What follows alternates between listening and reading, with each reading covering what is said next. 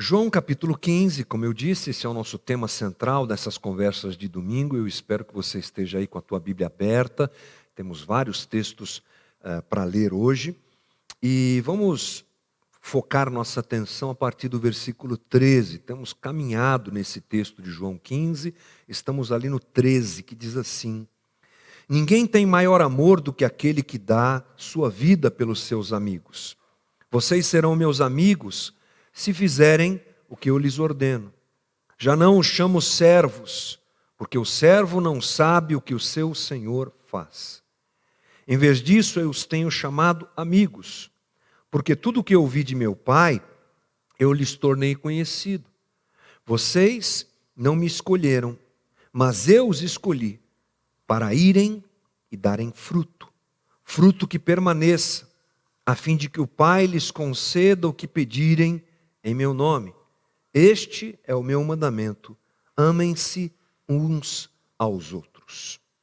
Jesus apresenta uma possibilidade bem interessante para nós. Primeiro, vale a pena ressaltar que nessa conversa de Jesus, nesse trecho da conversa de Jesus, duas palavras florescem, duas palavras aparecem mais do que as outras, e é óbvio isso, é escravo, servo e amigo. Escravo e amigo, servo e amigo. Um contraponto interessante apresentado por Jesus. E às vezes essa história de escravo, essa palavra escravo, servo, ela não cai muito bem para nós, porque nós não temos essa realidade explícita na nossa sociedade. Há sim a escravidão, ela acontece nos rincões do Brasil e também nas áreas urbanas, não se engane, né? Tem muito trabalho escravo acontecendo por aí. Mas como não é uma realidade oficial da nossa sociedade, a palavra escravo, ela não gera tanta curiosidade para nós ou tanta informação assim. Mas não é assim na época de Jesus. Muitos dos que estavam lá ao redor de Jesus, creio que todos, sabiam exatamente o que Jesus queria dizer quando usava escravo, amigo, amigo e escravo. Isso porque a escravidão era uma realidade social da antiguidade muito clara. Os povos, os impérios, eles se movimentavam em cima da escravidão.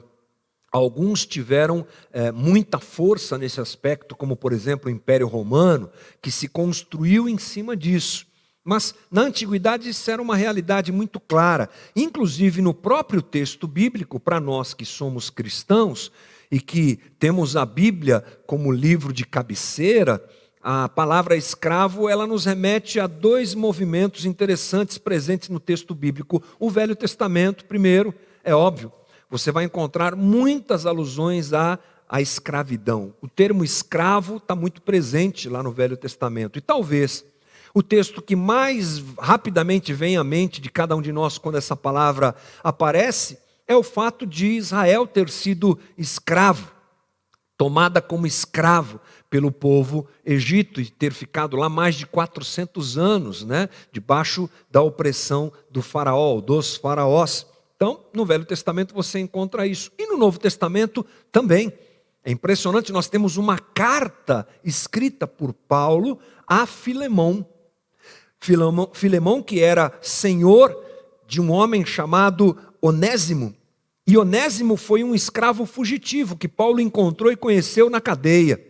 Então Paulo escreve uma carta que tem isso como tema, dizendo para Filemão receber Onésimo agora como irmão em Cristo. Portanto, essa ideia de escravo, ou do servo, é muito clara para aqueles que estão ouvindo Jesus. Senhores eram chamados de suceranos e servos eram chamados de vassalos.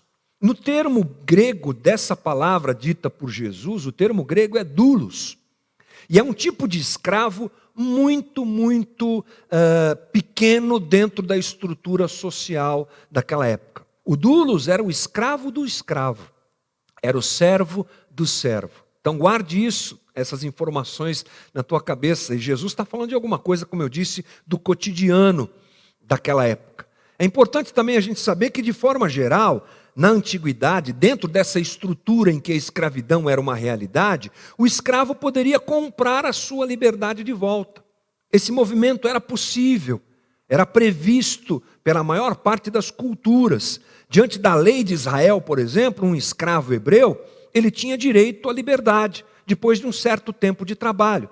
Veja comigo, por exemplo, Deuteronômio, capítulo 15, versículo 12. Se o seu concidadão hebreu, homem ou mulher, vender-se a você e servi-lo 6 anos, no 7º ano, você vai dar a ele, dele a liberdade. No 7º ano está liberado, esse escravo deixa de ser escravo. Essa é a própria lei de Israel. Veja você que Jesus usa algo que é presente, corriqueiro, parte da cultura daquela época. Mas o interessante também é que se um escravo poderia ser liberto diante de um pagamento, diante de um tempo de trabalho, um escravo também poderia rejeitar a sua liberdade. Como assim? Vamos lá? Deuteronômio também, capítulo 15, versículo 16.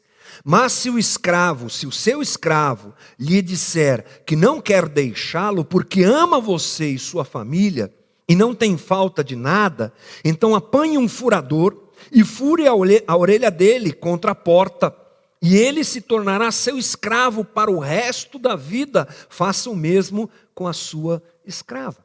Não é interessante essa possibilidade?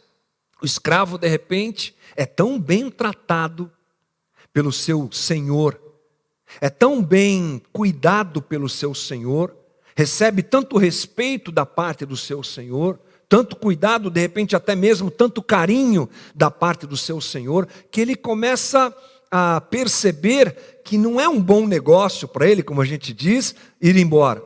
E ele rejeita a possibilidade da liberdade, ele fica e faz parte, inclusive, da própria família daquele senhor. E essa é uma realidade que nós começamos a observar para construir a correta compreensão do que Jesus está dizendo. Algo muito forte nesse texto, que não pode escapar de nós, é que nós somos servos de Jesus. Nós somos escravos de Jesus. É isso mesmo, servos, doulos. Nós somos aqueles que servem ao Senhor. João 15,15 diz: já não os chamo servos, porque o servo não sabe o que o seu Senhor faz. Em vez disso, eu os tenho chamado amigos, porque tudo que eu vi de meu Pai, eu lhes tornei conhecido. Eu chamo a atenção para você nessa primeira frase: já não os chamo servos. Jesus não nos chama, se dirige a nós como servos, porque Ele não quer chamar, porque Ele opta por não chamar. Mas a realidade é que nós somos servos e nós somos escravos. Nós devemos, portanto, sempre enxergar Jesus como Senhor, enxergar Jesus como aquele que é nosso Senhor e nós como servos dele. Mas há um movimento lindo da parte de Jesus em nos enxergar como amigos. É isso que Jesus está dizendo nesse texto, que Ele não nos chama de servos, apesar de o sermos. Não podemos perder nesse movimento que estamos fazendo aqui esse entendimento de que somos servos. Ele nos chama de amigo, Ele propõe a nós, Ele apresenta a nós essa possibilidade, mas nós sempre somos servos. Sempre somos aqueles que são escravos de Jesus, porque queremos ser. E essa é a realidade do texto bíblico. Esse é um ponto muito importante para a gente destacar no começo já da nossa conversa, porque como o que nós vamos trilhar é o caminho de um escravo que se torna amigo, muitos pensam de forma inadequada, que agora então a gente é assim com Jesus. Está tudo certo. Há um movimento nos dias de hoje que a gente chama de hipergraça. Aliás, dias de hoje não. Ele está por aí sempre, sempre batendo a nossa porta. Mas ele tem se fortalecido nesses dias e esse movimento teológico, interpretativo de forma equivocada do texto bíblico, traz a nós um entendimento também equivocado, é claro, de que nós estamos par a par com Jesus. Nós somos ali, iguais a Jesus. Está vendo? Inclusive ele chama a gente de amigo. Não.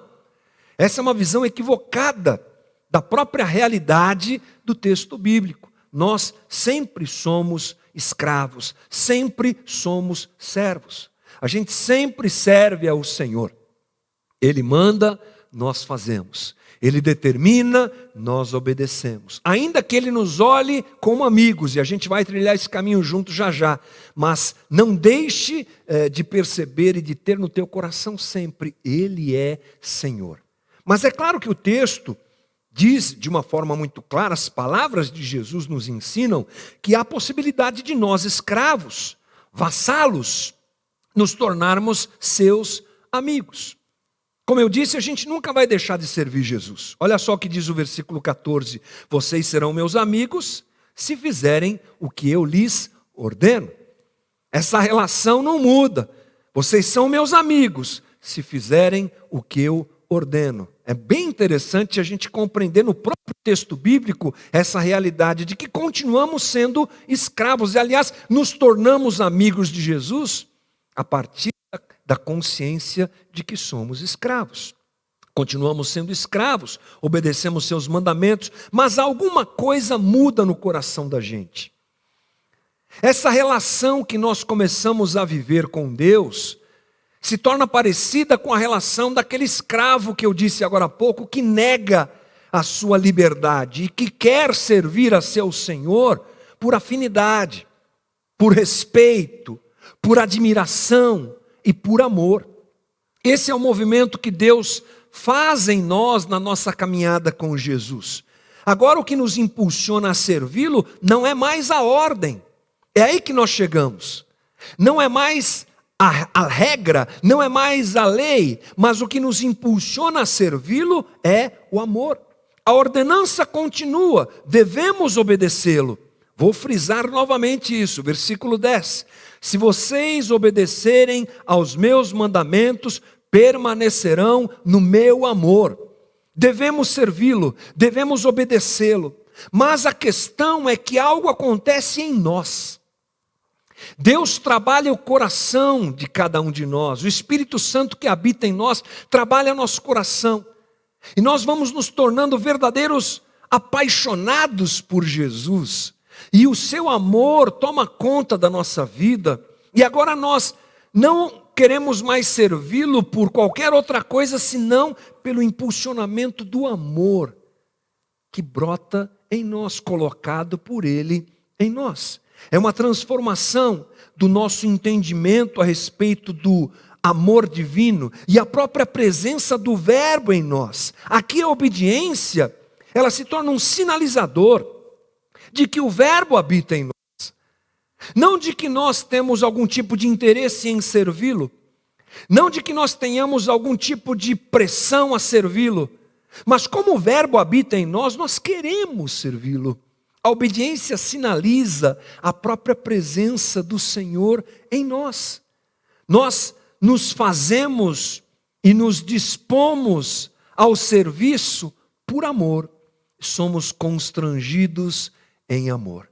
Esse é um movimento lindo descrito por Jesus, que faz de nós escravos que se tornam amigos, que transforma a nossa forma de relacionamento com Deus, e assim nós o servimos cada vez mais. Desejamos que esse serviço se amplie para todas as áreas, através de todas as áreas da nossa vida. E de repente, quando a gente percebe, a gente está servindo mais a Jesus, obedecendo mais a Jesus, priorizando mais a vontade de Jesus, obedecendo cada dia mais os seus mandamentos. Por quê? Por amor. Por quê? Por amor. Não por pressão, por estresse, não por interesse, não por outros motivos, mas por amor. A religião, ela não sabe o que é isso. A religião despreza a possibilidade de um serviço, de uma escravidão. Aliás, deixa eu usar mais esse termo que é mais forte, né? De uma escravidão voluntária por amor. A religião despreza isso. Na religião, as pessoas se tornam escravas geralmente pelos 3 pilares que sustentam a religião. Elas se tornam escravas, primeiro, pela culpa. Elas querem servir a Deus e querem se tornar escravas de Deus, mas o que motiva e impulsiona os seus corações é a culpa. Em busca do perdão e do alívio, a culpa se torna o motor do serviço a Jesus. São aqueles que sentem-se eternamente culpados e querem se livrar desse sentimento. Buscam a divindade, buscam Deus, buscam Jesus, mas o que os atrela a servirem a Jesus é a vontade de se livrarem da culpa.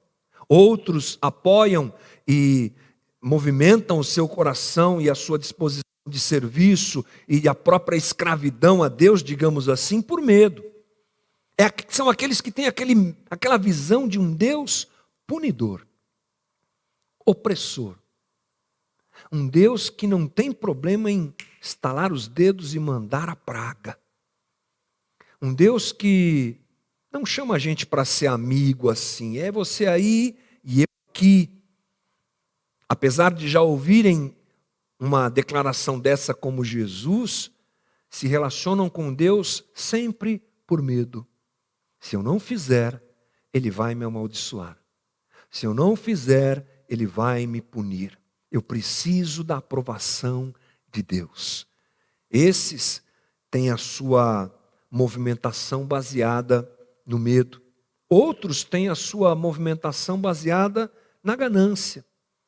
Se você não é medroso, se você não é culpado, você deve ser ganancioso, porque uma dessas três coisas está sempre presente no coração humano. Assim, a combustão, não é, ou melhor dizendo, o combustível para a escravidão é o desejo de ter mais. Farei e servirei para ter mais. Farei e servirei para alcançar alguma coisa que desejo. Então, esse fator religioso dividido nessas três áreas, esses três pilares, ele precisa ser alvo da nossa preocupação. Porque nós, como igreja, e me refiro agora como povo de Deus, como igreja de Deus, nós nos movimentamos muito assim. E isso se torna uma questão eclesiológica, ou seja, uma questão de como funciona o nosso jeito de ser comunidade. Como funciona o nosso jeito de ser igreja. Porque veja bem, temos claro liderança evangélica que, utilizando um desses três pilares, ou os três pilares, eventualmente ao mesmo tempo, escravizam o povo, por meio da culpa, por meio do medo, por meio da ganância, esperando que as pessoas sirvam a Deus, mas na verdade não estão servindo a Deus, estão servindo à estrutura religiosa onde estão inseridos, estão servindo aos líderes que se apresentam como semideuses. E esse é um grande problema para a igreja hoje. O movimento do coração acontece por conta de uma dessas três situações colocadas por nós agora. As pessoas se movimentam porque têm culpa, e vão à igreja porque têm culpa, e trabalham na igreja porque têm culpa, ou medo, ou ganância. Entregam as suas ofertas e fazem seus votos porque têm ganância, ou porque têm medo, ou porque têm culpa. O serviço é todo feito por uma motivação equivocada. Isso gera o quê? Destruição. A igreja se torna uma máquina de moer gente, para que se alcance objetivos escusos da sua liderança. E o que acontece é que ensinar a realidade da escravidão a Cristo por amor é o grande instrumento para destruir impérios religiosos que moem corações. E é o que eu espero que aconteça. Quanto mais nós falarmos do serviço e da escravidão por amor, mais nós estamos denunciando essa máquina religiosa de moer gente que tanto mata, que tanto destrói, que tanto afeta as pessoas. Eu sei o que é isso, porque 19 anos da minha vida eu gastei sendo escravo de uma instituição, achando que estava servindo a Jesus. Ok, Deus estava lá. Ok, eu entreguei meu coração a Jesus. Ok, eu sei. Não fica chateado comigo. Mas a grande realidade é que a motivação no meu coração na maior parte das vezes era equivocada. E essa máquina de moer gente me moeu também, e moeu a minha família. E graças a Deus pela sua misericórdia e bondade, nossos olhos foram abertos para entendermos que se fazemos por amor a Jesus. Não por medo, não por culpa, não por ganância, por amor. Esse é o convite de Jesus. Me obedeçam por amor. Continuem sendo meus servos, continuem sendo meus escravos, mas façam isso por amor. Esse é o princípio que nós precisamos ressaltar hoje. A nossa relação eclesiológica, portanto, precisa mudar. Amor e gratidão devem ser o combustível para o nosso serviço no reino, para o nosso serviço a Deus, para essa escravidão voluntária que nós apresentamos a Deus. E eu digo mais, se ao perguntarmos ao nosso coração, por que sou escravo de Jesus? E a resposta não for um sonoro por amor, é melhor revermos a nossa fé. E se alguém precisa ser sincero nessa hora, somos nós mesmos. Ao olharmos para o coração e observarmos se a resposta é essa mesma, eu sigo Jesus por amor, eu me faço escravo de Jesus por amor. Essa é a avaliação que cada um de nós deve fazer, penso eu, nessa manhã. Mas vamos pensar um pouco por que essas coisas acontecem. Porque nós gostamos de servir Jesus para ter algum mérito. Sempre foi assim. Nós queremos nos distanciar da graça. É uma tendência humana, nós queremos ter por merecer. E olha que a sociedade em que a gente está exalta isso nas nuvens. Faça por merecer, trabalhe para ter, seja você aquele que conquista o que você quer, você tem valor. Aí a gente vai diante de todo esse discurso que bate na cara da gente todo dia, buscar a Deus e vai dizer assim, ah Senhor, eu não mereço. Não, geralmente não é isso que acontece. Geralmente nós dizemos, eu posso, consigo, está aqui a minha credencial, eu sou escravo porque eu realizo. Como assim? Um contraponto muito sério. Nós precisamos nos lembrar que o rigor da lei acaba em João Batista, gente. Quero ler para você Lucas 16:16. Até a chegada de João, a lei de Moisés e a mensagem dos profetas eram seus guias. Agora, porém, as boas novas do reino de Deus estão sendo anunciadas e todos estão ansiosos para entrar. As boas novas do reino, a graça chegou. A movimentação agora não é por mérito, a movimentação agora é pelo amor e pela graça divina que nos alcança.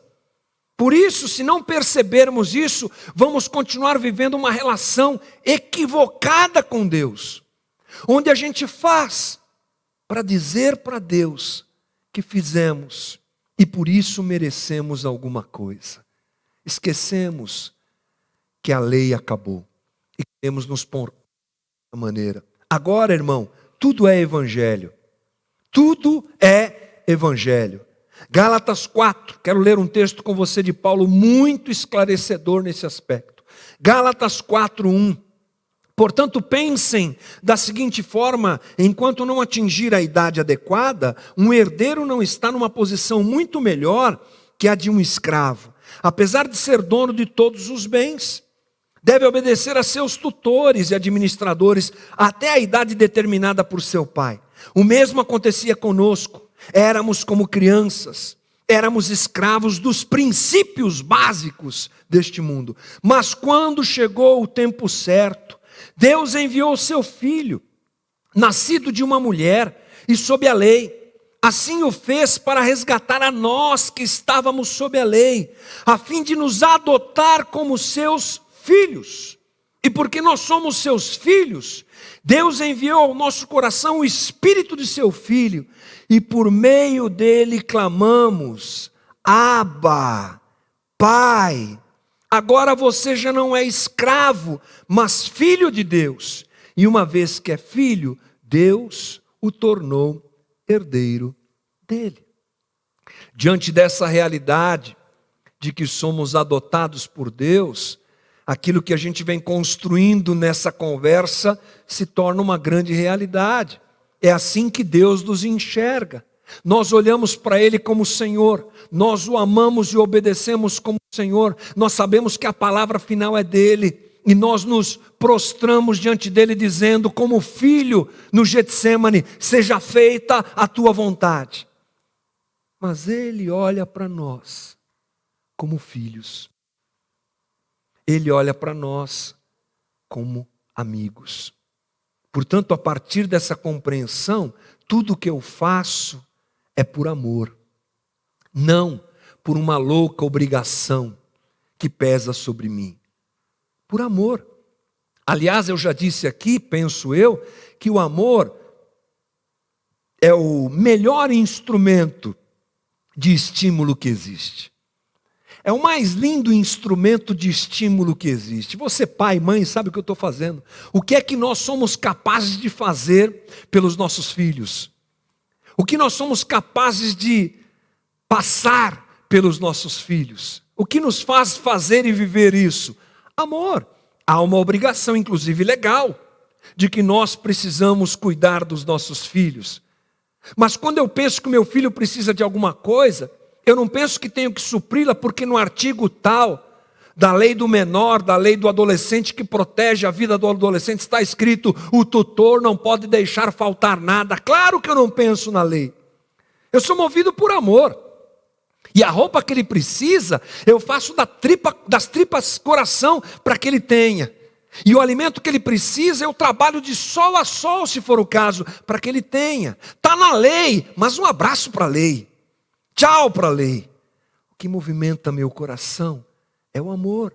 Assim, na nossa relação com Deus, a lei perde seu poder de obrigação. Ela está lá, eu sei, ela está lá para me ensinar, ela está lá para me corrigir, ela está lá para exortar ao nosso coração, mas o que nos impulsiona? Amor. E Ele nos vê como filhos.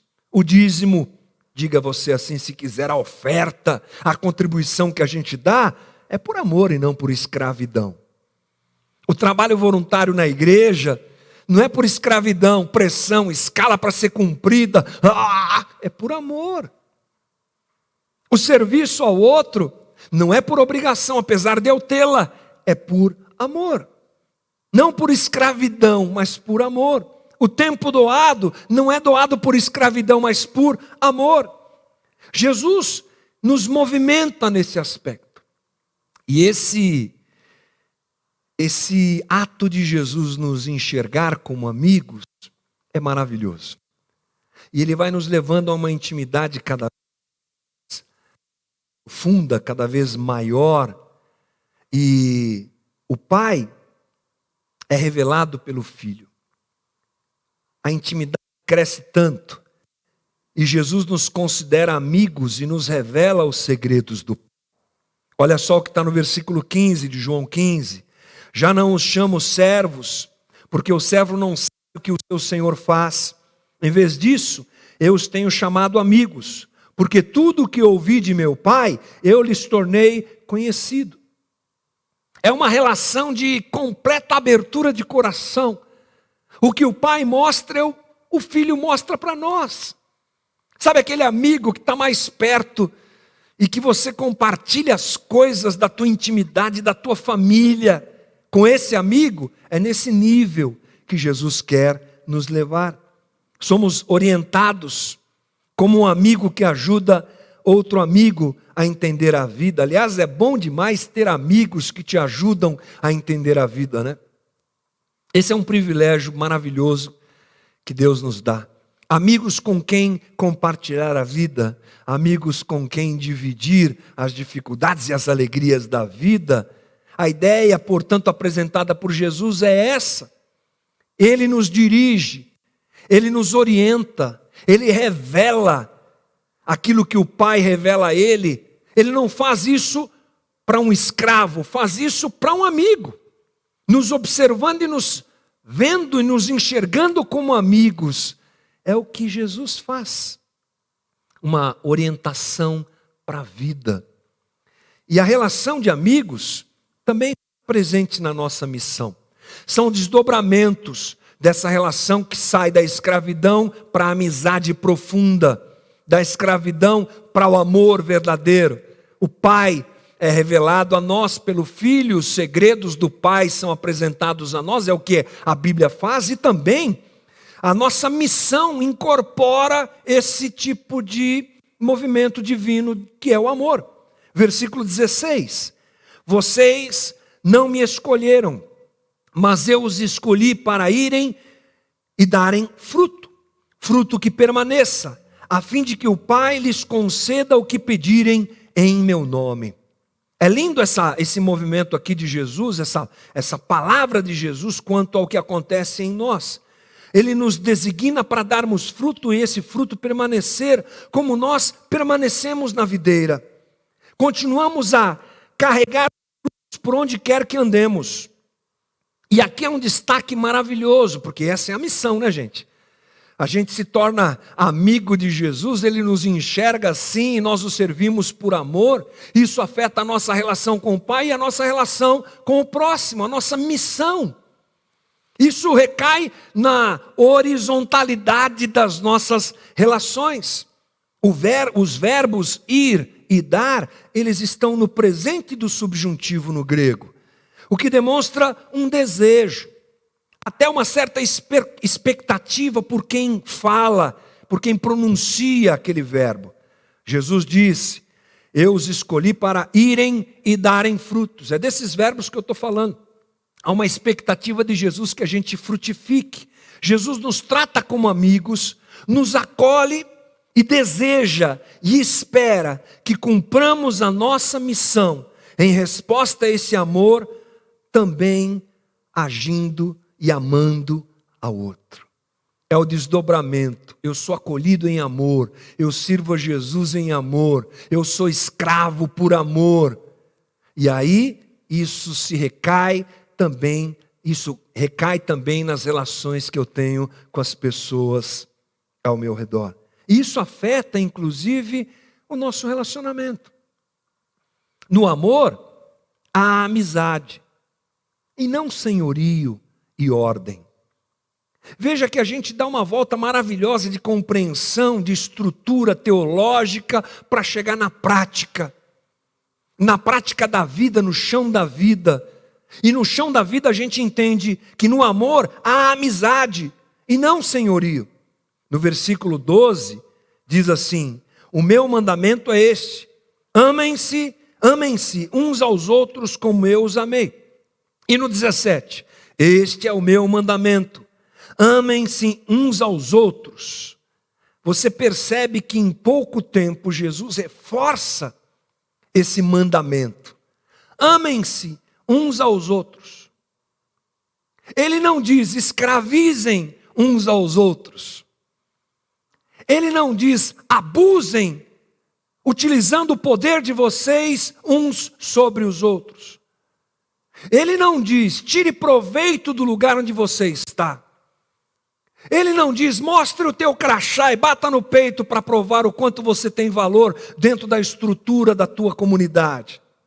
Ele diz amem-se, porque no amor não tem exploração. No amor não há extorsão. No amor não há manipulação. No amor há amizade, respeito. E é esse tipo de ambiente que Jesus quer que a igreja viva, que a nossa comunidade viva, que as igrejas vivam. Irmão, no amor há alegria. Assim nós desenvolvemos a nossa relação com o Filho. Escravos voluntários, escravos por vontade própria, filhos adotados pelo Pai, mas com a consciência de que somos dulos, servos. E Ele de lá olha para nós como amigos, como filhos. E esse tipo de relação que Deus propõe para nós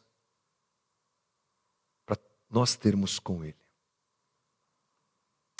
Eu acho fundamental a gente falar sobre isso num momento em que muitos têm perguntado: onde está Deus? Eu acho incrível nós afunilarmos a nossa conversa para o final aqui, pensando um pouco sobre a maneira como nós enxergamos Deus. Em épocas como esta, de incerteza, de crise, uma situação que nós não conhecíamos ainda,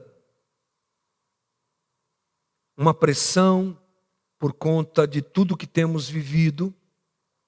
Muitas vezes essa pressão, essa ansiedade do sistema e do momento, leva a gente a tirar uma conclusão equivocada a respeito de Deus.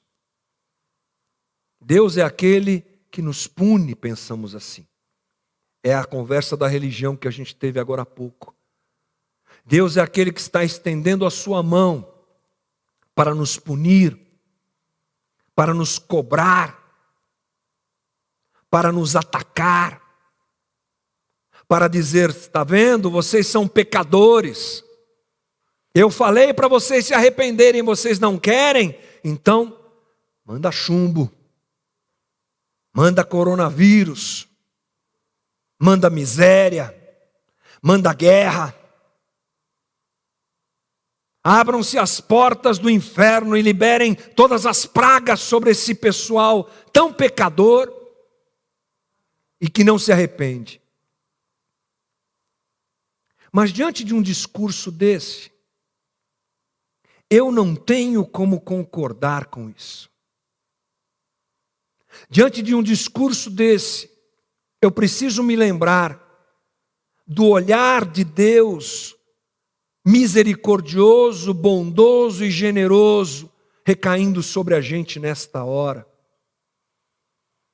Diante desta conversa, eu me lembro da própria reação do Cristo entre nós, que se depara com algo muito parecido com o que a gente está vivendo hoje. Aliás, que a gente sempre vive, sempre se depara, mas agora de forma mais intensa, a morte.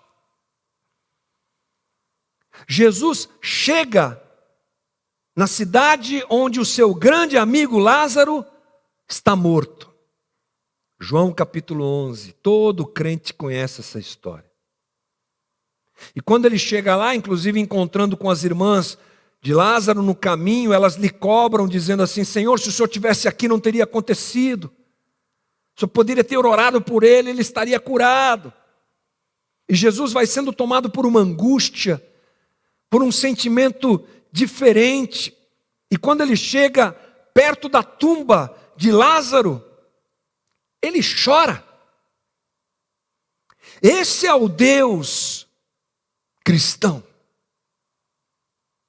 Jesus não vira para as irmãs de Lázaro e diz para elas: está vendo? Vocês pecadoras, eu avisei para vocês acertarem a vida de vocês. Mas não fizeram. Agora está aí o resultado. O Deus cristão se fez carne, habitou entre nós e chorou a nossa dor e andou conosco na morte. Um Jesus que nos chama de amigos. Um Jesus que nos convida a dividirmos a nossa vida com Ele.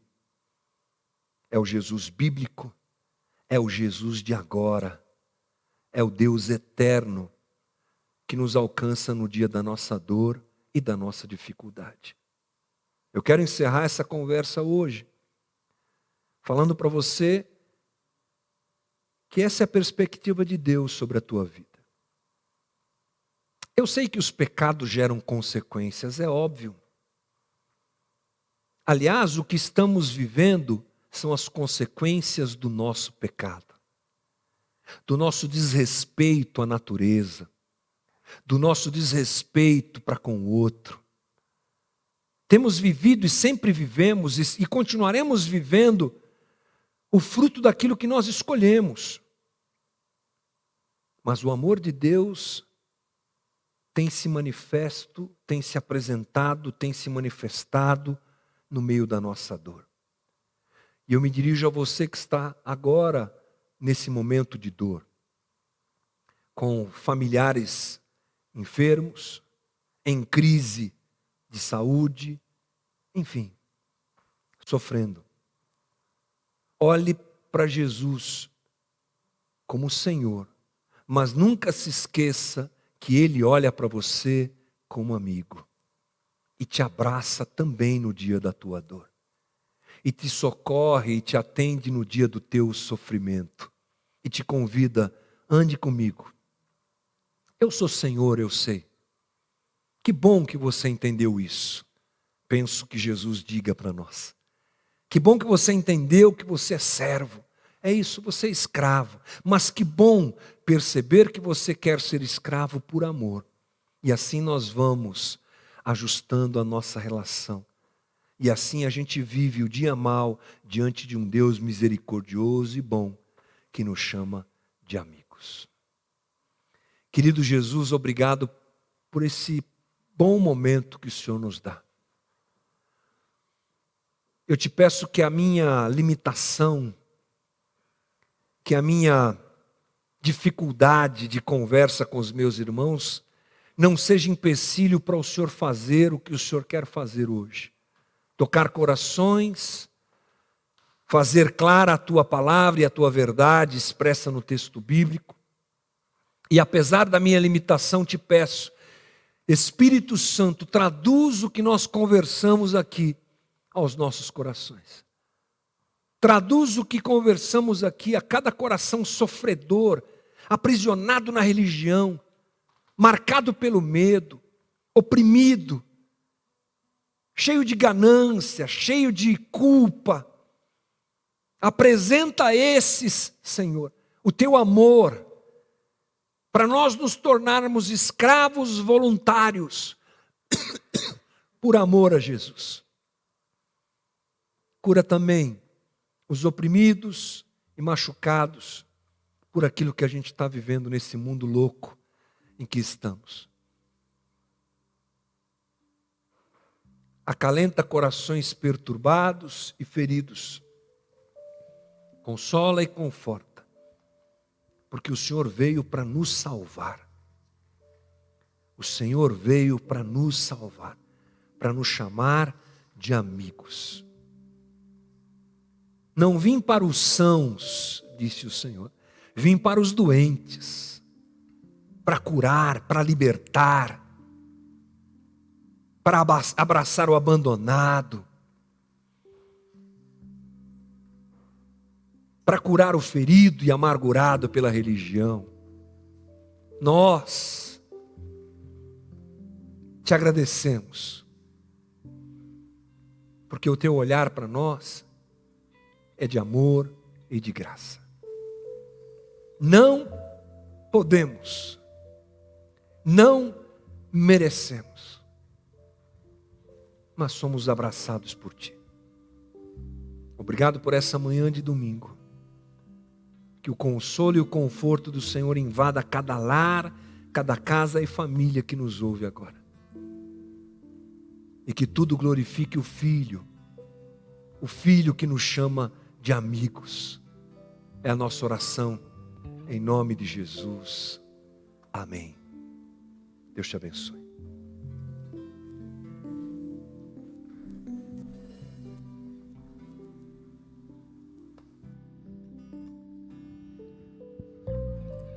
Seguro estou nos braços daquele que nunca me deixou.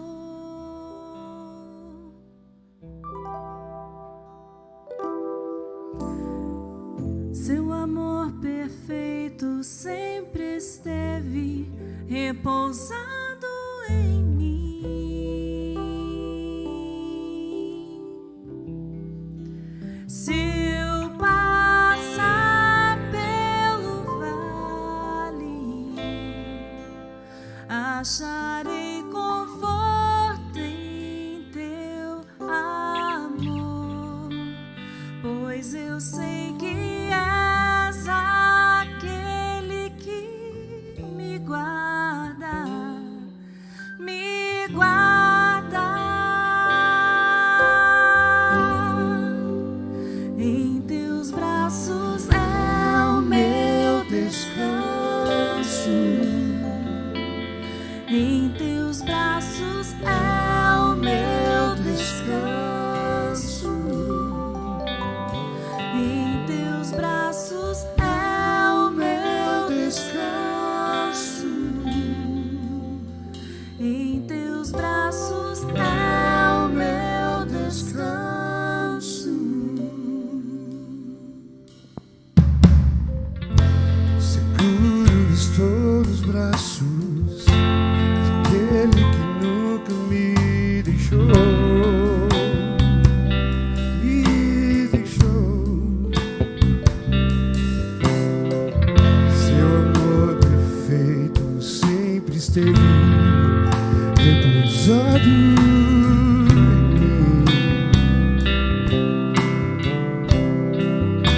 E se eu passar pelo vale, acharei conforto em teu amor, Pois eu sei que és és aquele que me guarda, me guarda.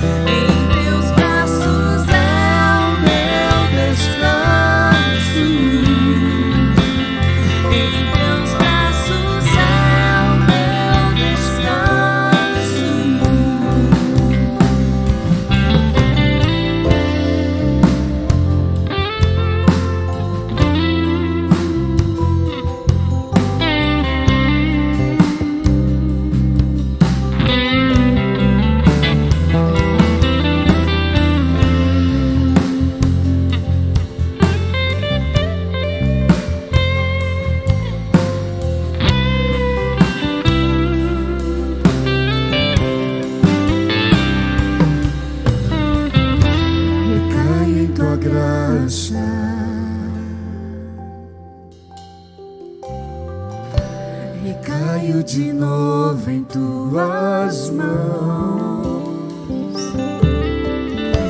recaio em tua graça,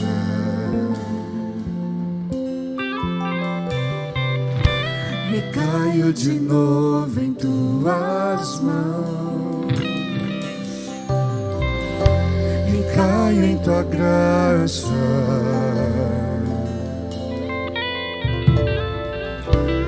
Caio de novo em tuas mãos, e caio em tua graça,